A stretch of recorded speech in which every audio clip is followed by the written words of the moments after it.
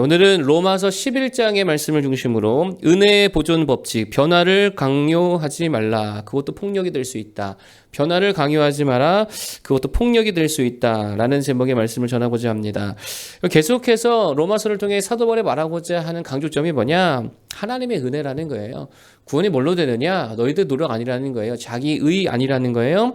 하나님의 은혜로 되더라. 그래서 계속해서 은혜를 강조하고 있다는 것입니다. 그래서 은혜에 대해서 몇 가지 말씀드리기 원하는데, 첫 번째는 은혜 보존 법칙이라는 거예요. 은혜는 계속 보존된다는 거예요. 어떤 상황에서도 보존되는 줄로 믿습니다. 그러니까 그걸 은혜라 그러지요. 이런 은혜라는 말이 뭡니까? 이 단어가 함축하고 있는 말 자체가 뭐냐면 조건이 없다는 거예요. 조건에 따라 주어진다라고 하면 그걸 은혜라고 말하지 않죠. 뭐 삭시라고 하거나 몫이라고 하나 그럴 거 아닙니까? 조건이 없으니까 뭐라 부른다고요? 은혜라고 부르는 거예요. 그러므로 어떤 조건에서도 어떤 상황에서도 어떤 모습 가운데에도 하나님의 은혜는 보존되는 줄로 믿습니다. 이게 은혜 보존 법칙이라는 거예요. 그래서 오늘 사도 바울이 예시로 드는 게 뭐냐? 엘리야를 예시로 들고 있다는 것입니다. 자, 3절부터 5절인데 읽어볼까요?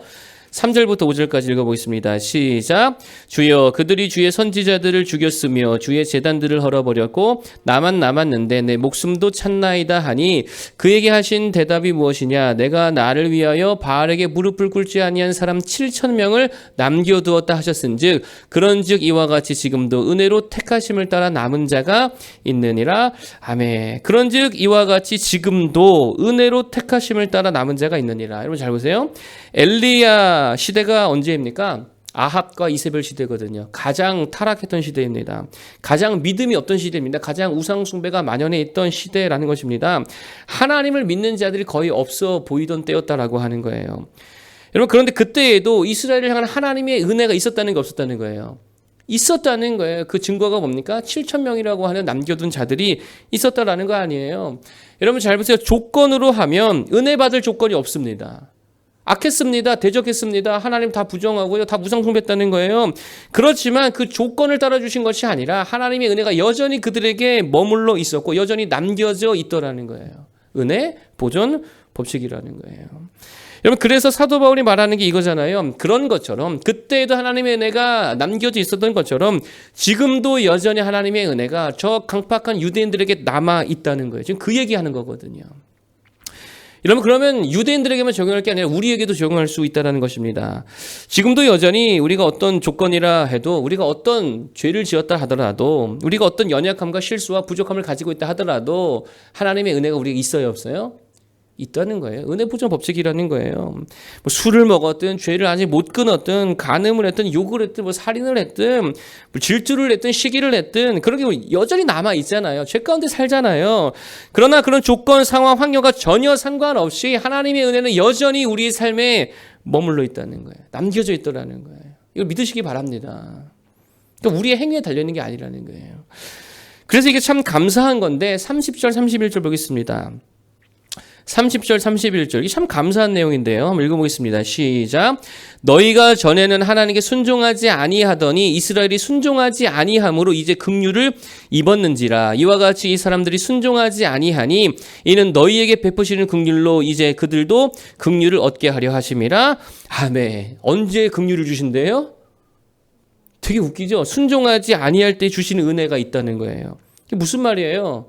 긍휼을 주신다는 거잖아요. 은혜 보존 법칙이라니까요. 순종할 때는 주시는 은혜가 또 따로 있죠. 그걸 우리는 흔한 말로 복이라 그럽니다. 순종하면 복 주신다. 말씀 잘 지키면 하나님께서 큰 풍성함을 주신다. 그런 복이 있고 그런 은혜가 있습니다. 여러분 순종하기 바랍니다. 복 주십니다. 은혜 주십니다. 그런데요, 순종하지 않을 때도 주시는 은혜가 있다는 거예요. 방금 읽었잖아요. 순종하지 아니할 때 주시는 뭐가 있더라? 은혜. 그걸 긍휼이라고 말한다는 거예요. 그러니까 우리가 순종할 때나 순종하지 못할 때나 하나님 우리에게 뭐 주시더라? 은혜 주시는 분이라는 거예요. 의를 행할 때나 죄를 행할 때나 여전히 하나님의 은혜는 우리 가운데 보존되어 있더라라는 것입니다. 그럼 우리가 어떻게 살아야 됩니까? 뭐를 붙들고 뭐를 의지하고 살아야 되는 거예요? 무조건이죠. 나를 의지하고 내 행동을 의지하고 내 생각, 내 노력으로 살아갈 게 아니라 하나님의 은혜를 붙들어야지. 내가 순종 잘할 때는 막 쏟아 부어주실 하나님의 풍성함의 은혜를 붙들고, 내가 부족하고 못나고 실수하고 연약하고 넘어지고 죄건 됐을 때는 뭐 붙들어야 돼요? 긍휼을 부어주시고 불쌍히 여겨주시고 십자가에 은혜 주시는 그 십자가의 은혜를 붙들고 살아야죠. 그거 의지하고 그거 찬송하고 그래서 잘하나 못하나 하나님의 은혜로 살아야 될 줄로 믿습니다. 그게 우리들에게 요구되어지고 있는 삶이라는 거예요. 여러분 성경에 보면 인류 최초로 버림받은 자와 구원받은 자를 딱 갈라놓는 사건이 나옵니다. 그게 뭐냐면 창세기 4장에 나오는 가인과 아벨 사건이죠. 쉽게 말하면 여기서 가인은 버림받습니다. 내쫓김 당하고 아벨은 쉽게 말하면 구원받는 자의 모델이 되어집니다. 둘의 차이가 뭐냐? 가만히 살펴보면은요, 둘의 차이는 한 가지로 이렇게 규정할 수 있는데 그게 뭐냐면 아벨은 은혜를 구했다는 거예요. 희생제사가 뭐예요? 은혜 구했다는 거잖아요. 나는 죄인이지만 하나님 은혜를 구합니다. 희생제물을 통해서 날 용서해 주옵소서. 은혜를 구했다고요. 가인은요 그렇지 않았습니다. 둘 다 정성의 예배, 구별의 예배는 드린 것 같아요. 가인도 정성 드린 거죠. 정성이 없지 않지요. 자신의 소산의 일부를 구별해 드렸잖아요. 그것도 일종의 정성 아닙니까? 정성의 문제가 아니라는 거예요. 그냥 예배 드렸다의 차원의 문제가 아니라는 거예요. 뭐의 문제입니까? 은혜를 붙잡았느냐의 문제라는 거예요. 하나님의 은혜를 구합니다. 하나님의 은혜를 바랍니다. 거기에 능력이 있다는 거예요. 가정을 위해서 우리가 해야 될 게 뭡니까? 하나님의 은혜를 구해야죠. 하나님 은혜 주옵소서. 이거 붙들어야죠. 사업장이 구해야 될 게 뭐예요? 은혜를 구해야죠. 제가 이렇게 성공에 대한 책들도 이렇게 많이 보거든요. 그러면 거기서 말하는 게 다 똑같아요. 일단은 노력하고 좋은 구조 시스템 다 세우고 다 그것도 중요한데 결정적인 것도 하나 있으면 그게 뭐냐? 운이라는 거예요. 운도 따라야 된다는 거예요. 그러니까 역사를 보면은요, 운 없어서 되게 좋은 아이디어 있었지만 운이 없어가지고 그거 하나도 실현하지 못하고 그냥 그렇게 역사 뒤편으로 흘러간 사람 되게 많이 있거든요. 운도 따라줘야 된다라고 하니 운이 뭡니까? 우리로 치면 하나의 은혜지요. 하나님 은혜 주시지 않으면 아무것도 안 된다는 거예요. 그러니까 우리 인생을 위해서 붙들을 게 뭐냐? 하나님 은혜라는 거예요. 십자가 붙들어야 된다는 거예요. 그게 정말 능력 있는 삶인 줄 믿습니다. 은혜 붙들고 살기를 바라겠습니다. 내가 아니라 하나님의 은혜를 붙들자. 두 번째 토픽인데 이제 그 대인 관계에서 중요한 게 있다는 것입니다. 그게 뭐냐? 업신여기지 말라는 거예요. 대인 관계에서 업신여기지 말아라. 자, 오늘 11장은 사실 로마 교회 안에 있는 문제가 있었습니다. 이방인들과 유대인들 반복 현상이라고 될까요? 이런 문제가 있을 때에 처음에는 유대인들을 향하여서 이야기하다가 너희들 똑같은 죄인이야. 이방인들 업신여기지마. 저들도 하나님의 자녀야. 이 얘기하다가요. 이제는 11장에 이르러서는 이방인들을 향해서 말하고 있는 거예요. 취재의 내용은 이런 겁니다. 아무리 유대인들이 지금은 믿음에서 멀어지고 그리스도에게서 멀어져 보인다 하더라도 저들을 업신여기지 말라는 거예요. 여전히 저들을 향한 하나님의 계획과 하나님의 뜻과 하나님의 은혜가 있다는 거예요. 네가 뭔데 업신여겨? 지금 그러고 있다는 거예요. 무슨 말입니까? 너만 은혜 받은 거 아니라는 거예요. 저들에게도 유대인들에게도 지금은 저들이 강팍하지만 하나님이 예비하신 은혜가 있더라는 게 그러므로 업신여기지 말라는 거죠. 정죄하지 말라는 거죠. 긍휼한 마음으로 보라는 거예요. 여러분 우리들도 마찬가지라는 것입니다. 그리스도인들의 문제라면 문제인데 그 문제가 뭐냐? 결국 그거죠. 나만 잘났다. 이런 의식이 다 있어요. 저도 있었고요. 전도사 때 저는 대단했죠. 그냥 목사님들도 막 그냥 가서 제가 따지고 그냥 조금이라도 말씀이 입에되면 가서 막 이거 아니지 않습니까? 제가 막 그런 성격이었거든요. 그러니까 나만 은혜 받은 줄 아는 거예요. 그래서 믿음이 좀 약하고 말씀대로 못 살고 기도 좀 못하고 아니면 아직 죄를 못 끊어냈든가 그러면 금방 어떻게 합니까? 정죄하고 비난하고 손가락질하고 마치 하나님의 은혜가 떠난 것 마냥 그들을 대한다는 거예요. 어떤 사람은 그런 표현도 하더라고요. 저거 버림받은 자식이라고. 그런 표현도 하더라고요. 근데 그거 아니라는 거예요. 그들에게도 여전히 뭐가 있다는 거예요? 하나님의 은혜가 있습니다. 그걸 볼 줄 알아야죠. 문제는 뭐가 문제예요? 아직 때가 이르지 않은 거예요. 우리 여기도 말하잖아요. 이스라엘의 구원을 위해서 이방인의 충만한 수가 차기까지 때가 있다는 거예요. 그때가 되면 저들을 향한 하나님의 계획과 섭리와 경륜들이 다 이루어질 것이다. 은혜가 있다라고 하는 거죠. 때가 되면 하나님이 일하시는 줄 믿습니다. 사도 바울이 가장 대표적인 예잖아요. 기독교를 제일 박해하던 사람이 누굽니까? 사도 바울이었다고요. 잡아다 죽이는 거 앞장서는 인물이 사도 바울이었습니다. 근데 하나님의 은혜가 임하니까 그때가 되니까 어떻게 돼요? 가장 기독교를 증거하는 성경을 13편이나 쓰는 위대한 사도로 쓰임받게 되더라는 거예요. 엄청난 변화가 은혜 받으니까 일어나더라는 거예요. 그러면 우리들이 할 게 뭐예요? 우리들은요, 섬기고 사랑하고 기도하면서 그 은혜의 때를 기다려줘야지. 대인관계 그렇게 해야 된다는 얘기예요. 기도해주면서 사랑해주면서 기다려줘야죠. 그래서 이런 게 참 중요합니다. 변화를 강조는 하되, 변화를 강조는 해야죠. 중요하니까 강요하지 말라는 거예요. 변화를 강조는 하되 강요하지 말라는 거예요. 이게 여러분 자칫 잘못하잖아요. 폭력이 될 수 있습니다. 또 왜 그렇습니까? 변화는요, 의지로 안 돼요. 의지로 될 것 같으면 다 되죠. 의지로 안 됩니다. 무슨 마음먹음으로 안 됩니다. 그러니 안 되는 걸 계속 강조하면 키 안 큰 아이한테 야, 너 키가 왜 그따구야? 계속 키 커. 이거 폭력이잖아요. 여러분, 은혜가 임할 때 사람은 변하는 거예요. 진정한 변화는 그때 찾아오는 것입니다. 하나님이 변화시키는 거예요. 그렇기 때문에 함께 은혜를 구하면서 기다릴 줄 알아야 된다는 거예요. 여러분, 그게 교회고 그게 성도고 그게 사랑이라는 것입니다. 여러분, 그래서 34절 34절에서 36절 뭐라 그러냐 한번 읽어보겠습니다. 34절에서 36절까지 시작.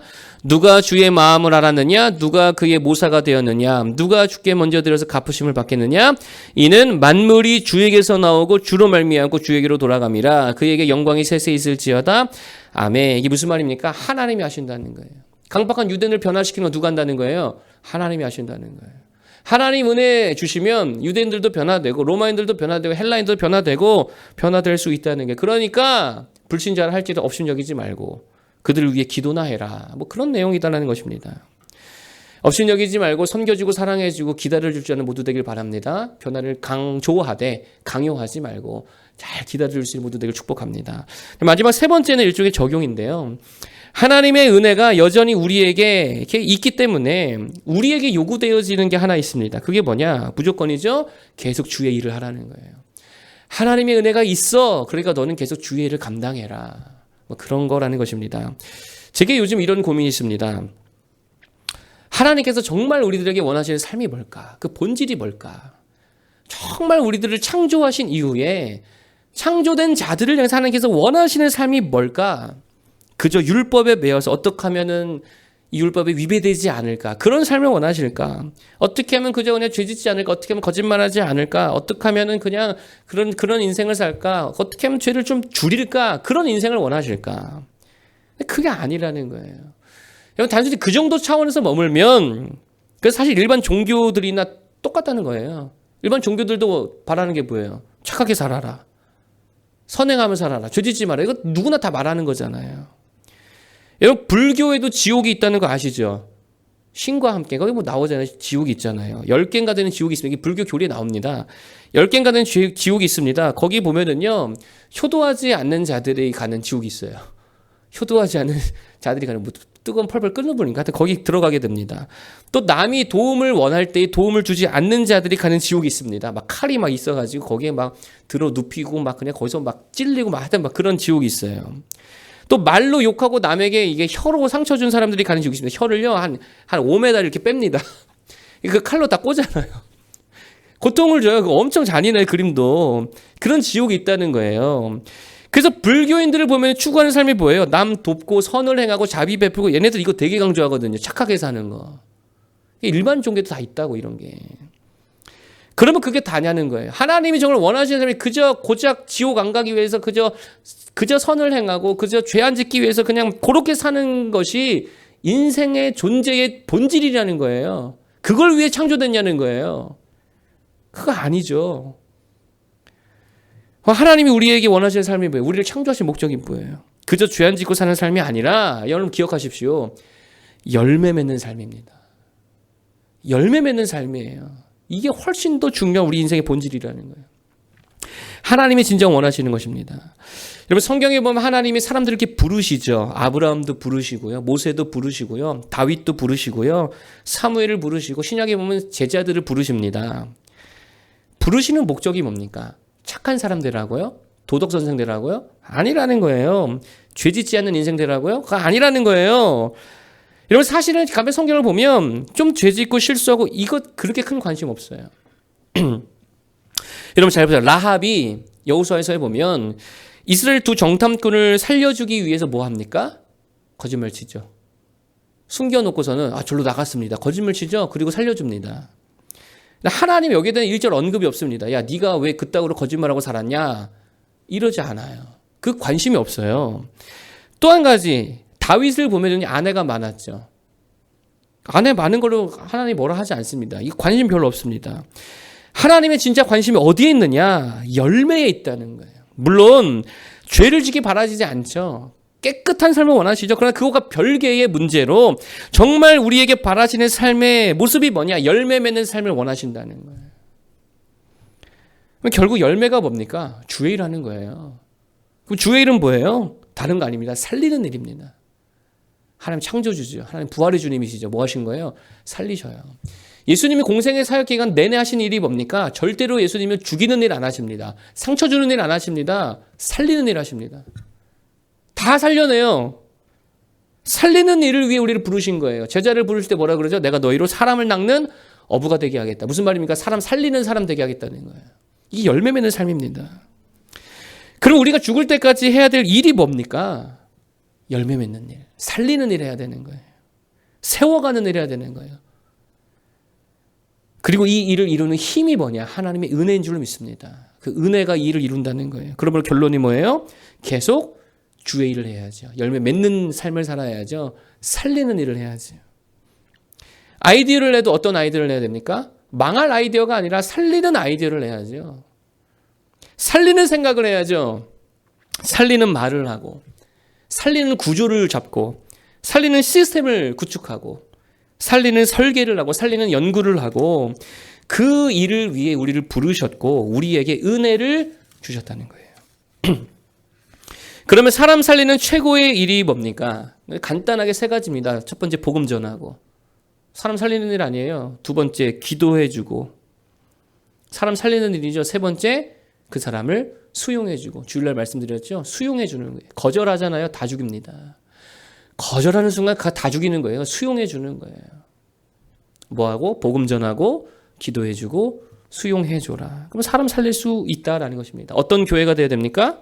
복음 전하고 기도하고 수용해 주는 게. 죄인들 다 와라. 다 와라. 여기는 쓰레기통이다. 쓰레기를 다 모이자. 수용해 주는 거. 이게 교회죠. 어떤 친구가 돼야 돼요? 그 친구에게 복음 전해 주고 그 친구에게 기도해 주고 그 친구를 수용해 주는 친구가 돼야죠. 어떤 부부가 돼야 돼요? 복음 전하고 기도하고 수용해 주는 부부가 돼야죠. 그런 관계, 그런 공동체, 그런 교회 될 때에 정말입니다. 은혜의 때가 되면 다 살아나게 될 줄로 믿습니다. 그 은혜를 붙들고 그렇게 늘 살리는 삶을, 열매 맺는 삶을 살아가는 모두 되기를 축복합니다. 오늘 은혜에 대해 세 가지 말씀드렸습니다. 첫 번째, 은혜 보존 법칙이라 그랬죠. 은혜가 여전히 지금도 남겨져 있다는 게 늘 보존되더라는 것입니다. 어떤 상황에도 어떤 조건에도 하나님의 은혜가 우리에게 있는 줄로 믿습니다. 그러므로 다른 이를 바라볼 때 업신여기지 말라는 게, 그들에게도 은혜가 있습니다. 그에게도 하나님의 은혜가 임하면 변화됩니다. 내가 변화를 강요하지 말라는 거예요. 강조는 하되 강요하지 마십시오. 폭력이 될 수 있습니다. 기도하며 기다려주라는 거예요. 그러면 은혜가 일하십니다. 은혜가 그를 변화시키십니다. 하나님이 일하십니다. 그래, 마지막 우리가 할 건 다른 거 아니죠? 주의 일 계속하는 거예요. 살리는 일, 열매 맺는 삶, 복음 전하고 기도해주고 수용해주는 삶. 냄새나도 수용해주고 못나도 수용해주고 죄지은 놈이라도 수용해주고 그럴 때에 사람을 살리는 사명을 감당하게 될 줄로 믿습니다. 그렇게 열매 맺기를 축복합니다. 기도하겠습니다.